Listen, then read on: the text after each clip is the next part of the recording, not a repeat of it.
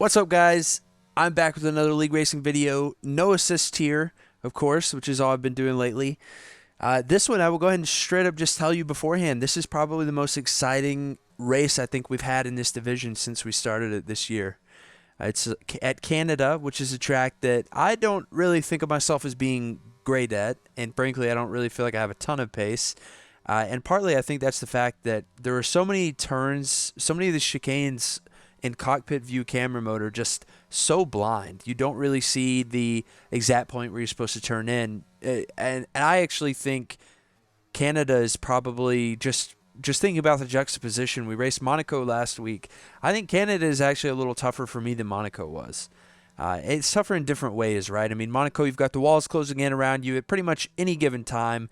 Canada, the walls are not as close. You certainly can hit them if you are unfortunate enough or not good enough, which sometimes describes the way I drive. But in this case, I think the tougher thing for me is just knowing the exact point of turn in. So, especially because I didn't really do a ton of practice for this race, I think it just put me in a position where I was sort of struggling with that. But I did manage to put a decent lap together there at the end of qualifying that you just saw.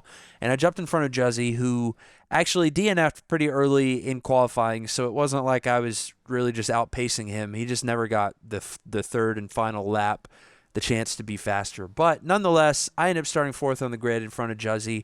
And as I mentioned, this is one of the most fun races I think we've had in this tier since we started it. You see me get a terrible start there, but I'm safe, which is all that matters into turn one. But one reason that this race was so fun was the fact that we get some dry weather and wet weather. I think that races where you get to experience the crossover are a ton of fun, and this was a case where we got to do it, and I don't think that's a spoiler to say. But the fact that we get that crossover is always fun because everybody's got to make the decision about when do I switch over, depending on how far into the race we are, what tire strategy do I go with to try to finish the race. And so it actually involves a little bit of thinking as opposed to just maybe if you have a race that's just no safety cars, no weather intrigue, everybody just runs pretty much the same strategy or close to the same strategy, and it's not really that difficult to sort of you don't really have to think on your feet and figure something out as you go. So stay tuned to see how that goes, but you'll certainly see it when it's coming. It's been a decently eventful first lap here as I've been talking. I came out into turn one, 5th place. We saw Hal spin at one point. F1 Original Paulie and Grego both seemingly got tangled up into the second turn there, or just went a little deep. I'm not completely sure. Juzzy is just off like a rocket, and I was close to Juzzy and just made a colossal error there and was holding on for dear life. Just locked up into that turn, and I'm just trying to be so careful to get back onto the track without hitting the throttle too much and spinning and ruining my race. I've certainly cost myself a lot of time there, but the race is not over, right? I can benefit from a safety car. I can just pure pace, maybe fight my way back up into the field. All things considered, I think that could have gone a lot worse. I didn't actually get any damage. I just locked up, going to the grass, got back on track, and lost a substantial amount of time. But it could have been a lot worse.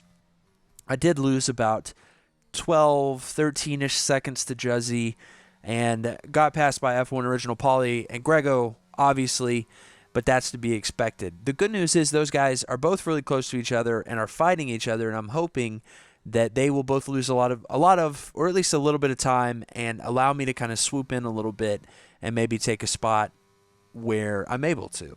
The bad news for me is that if you're watching the deltas, you can see Hal is closing in very, very quickly. He was something like 4.5 seconds down when I locked up into this turn, and he's now about 2 seconds down. And if you've watched any videos from this season, or past seasons either.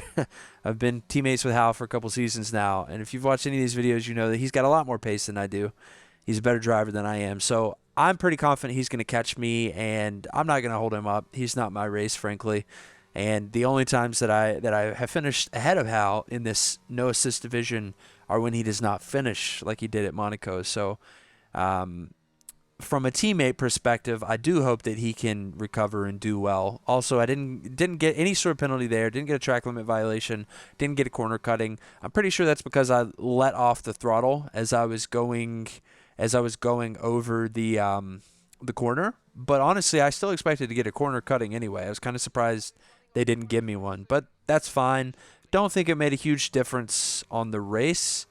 I mean, what would have been? Maybe 3 seconds. You see how there pretty easily gets by me. I guess he got a really good exit out of that turn. And again, I just didn't put up much of a fight. Maybe I can, if we had DRS, maybe I could sort of ride his laurels a little bit up the order. But as it stands, I think he's going to be over 1 second ahead of me by the time we get DRS whenever the rain stops. And I have been checking the weather a little bit. It seems like we're pretty close to going back to dry tires. It remains to be seen exactly when that happens, but it does feel like we're a little close. I don't know exactly what happened here, but F1 Original Paulie and Grego seem to have had a bit of a spat there, and F1 Original Paulie lost quite a bit of time, and I'm thinking might have some damage just based on the way he's driving, or maybe he's just a little unsettled from that. But I'm trying my best to not run into him here. We're in the wet. We both are lacking in control on these tires and in this weather. He also might have damage, so I'm trying to stay away from him, and I think I did a pretty good job of staying clear of him, not compromising my own race, not compromising his race. But you see in the bottom right there, we're getting to the point where dry tires are going to be a possibility. My engineer actually suggested that I go on lap 7, but I kind of caught it a little late, much like I caught that moment on the wheel there, but I did catch it. Didn't run into Paulie, didn't wreck anybody or wreck myself, so all things considered, I think that went pretty well. I managed to stay in front of Paulie, although he did have a bit of run into that last corner. But I'm thinking here that I'm probably going to have to pit for dry tires this lap is my expectation. And at this point, I'm really thinking about how I want to handle this in terms of tire strategy. The strategy that they've suggested for me is 2 mediums. I think that would be fine, but I would rather go to the hards and minimize the amount of times that I have to go in and out of the pits. I thought about maybe a soft medium strategy, like go to the mediums and then softs in the race, but I don't really feel like I'm competitive for fastest lap here. This is important. That should have been a DNF. That absolutely should have been a DNF. It was so stupid. I'm going into the pits. I hit the pit limiter, and I was trying to let my foot off, so I was braking when I hit the pit limiter. I tried to let my foot off and just sort of maybe stretch a little bit. I like to do that when I'm going through the pits, just maybe stretch a little bit, kind of move around a little bit, and I hit the throttle as I was moving my foot away and basically put myself into the wall. And it should have been a DNF, as I said, but for whatever reason, the game catches you there, puts you back on the track.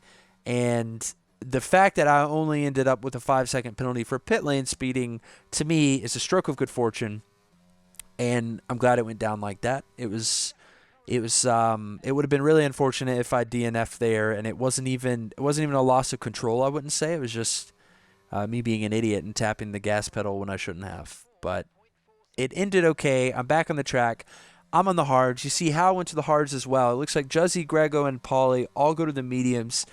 So it seems like we're going to have a bit of a battle here at the end of the race when these guys are going on to their next set of mediums and I'm on the hards. And I think that this will work out in my favor provided we don't have a safety car. If we have a safety car, I think I'm in big trouble because likely we will all pit for new tires, but we'll all go back to the same, we'll all be in the same place, and it will be a pace battle again. And if you've watched me race against these guys, you probably know that I cannot win many pace battles, although it has looked today like I have a little bit of pace over Paulie when we're on the same tires. So I think I have a better shot here than maybe I've had on some of the other tracks, but it seems like it's going to be a tire delta question. And, again, provided we don't have any safety cars, which I hope we don't. I think it's more fun when we don't have a safety car. And the safety car just sort of artificially resets the race, and it sort of wipes out all the strategy that we've been building throughout the race. And I feel like I'm in a good strategic position here, especially if these guys around me keep accumulating penalties.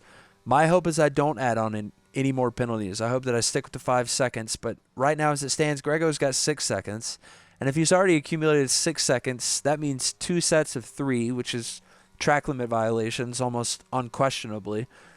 If he's already accumulated 6, it's completely possible that he will accumulate more. is what I'm thinking. And same thing with Juzzy. If he's already got 3, maybe he builds up more. There was nothing I could do about Paulie there, and I even used some ERS down the long straight into the pits, and just couldn't make up any time on him. But I do think I was making up a lot of time on him in the corners. As you can see, the delta comes down a little bit there. I think so.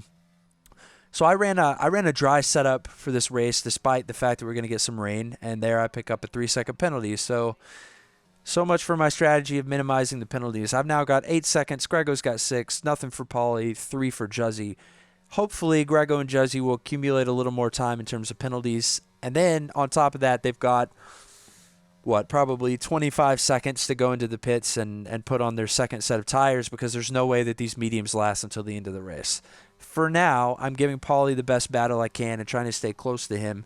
But the way that it seemed like these laps were going was in the corners, I gained time on him, and then we get to the straight, and he blows it away from me.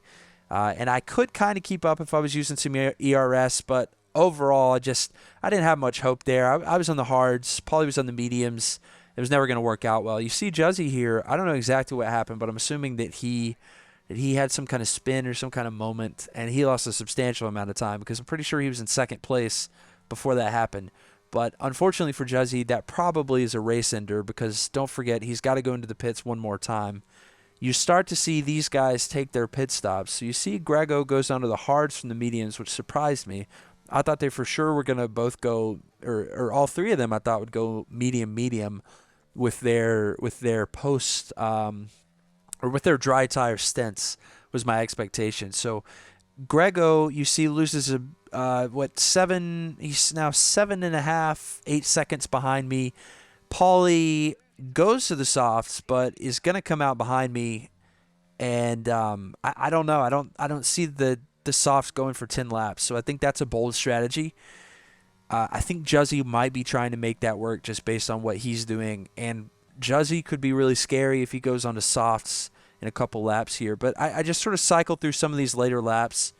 Not much happened for these laps, and it was just kind of cool to show you the delta. You can see Grego is catching up with me, and that's not surprising. But he did get a 5-second penalty for ignoring blue flags in front of Hal.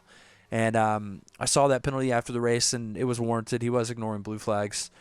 So it wasn't, but I didn't know what it was at the time. I thought maybe it was his pit lane speeding penalty or something. So I was kind of assuming that was the case, but it means that I need to stay 3 seconds in front of him. And that's going to be very difficult. As you can see, he is right on my tail. I had a bit of a moment at the beginning of that last DRS zone. He had DRS at that point, I would assume, so he catches me. I'm just going to try to play defensive here and do my best. And don't forget, he's got the tire delta on me as well, because I've been on these hards for something like 22 laps, 21, 22 laps. But I get lucky, and Grego, I'm assuming, did what we've all done out of that hairpin and just hit the throttle too fast and spun. But that means that I have a good 7-second cushion on Grego that only needs to last another 3 laps. And I'm hopeful that that is not a problem. But if you're paying attention, you can see that Paulie is catching up to me. And while Grego, I think, is probably out of commission in terms of catching up with me, given he's 12 seconds back, has 3 seconds more penalties. He's essentially 15 or 16 seconds back of me net. Paulie is only 12 seconds back, and I've got 8 seconds of penalties. So my tires are somewhat cooked at this point. I mean, they're working. It's not like I'm at risk of a puncture, but I don't have the pace that I had earlier on in the race. So I'm focused on keeping this clean, not getting any more penalties, because if I do, I don't think I had any other track limit violations at this point, and I've only got less than a lap to go, so I wasn't too worried about that. But I did want to just keep it clean, use all the ERS I could, and just be safe through this last chicane, and I did it. In the race, roughly 9 seconds ahead of Paulie, so with my 8 seconds of penalties, that's a net 1.5 seconds in front of him. I think this was an awesome race. I think it was the most fun I've had in one of these races since we started this division. Had the dry to wet, or the wet to dry intrigue. Had some on track battling. It was just a lot of fun, and I'm hoping for a lot more of this as we finish out the season.